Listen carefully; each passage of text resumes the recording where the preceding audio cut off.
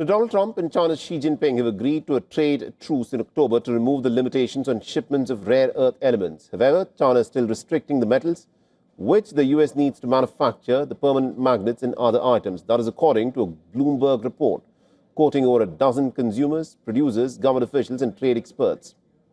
The US industry still can't get its hands on the raw materials that are needed to manufacture the permanent magnets, and that, of course, is a key priority for the Trump administration.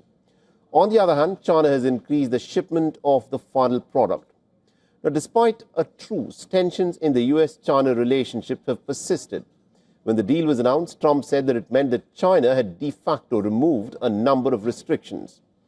However, by limiting raw material deliveries, Beijing is hindering US efforts to develop its own industry to transform rare earths into magnets. And after China spent years creating a worldwide monopoly, the Trump administration declared it to be a top goal to develop domestic production capacity for rare earth items. However, in recent weeks, the US officials have said that China is complying with the terms of the deal on rare earth supplies. The official Chinese data showed magnet supplies to the US fell 11% from October to November. However, China's exports are still higher than the lows that have been observed when Beijing limited them in April during the peak of the trade war.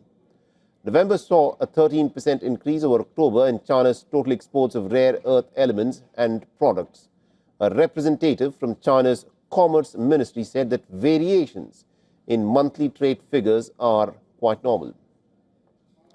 The representative stressed that Beijing is devoted to preserving the steadiness of global supply chains. China claims to have authorized certain rare earth export applications but is still limiting shipments that could reach the defense firms. For all the latest news, download the WION app and subscribe to our YouTube channel.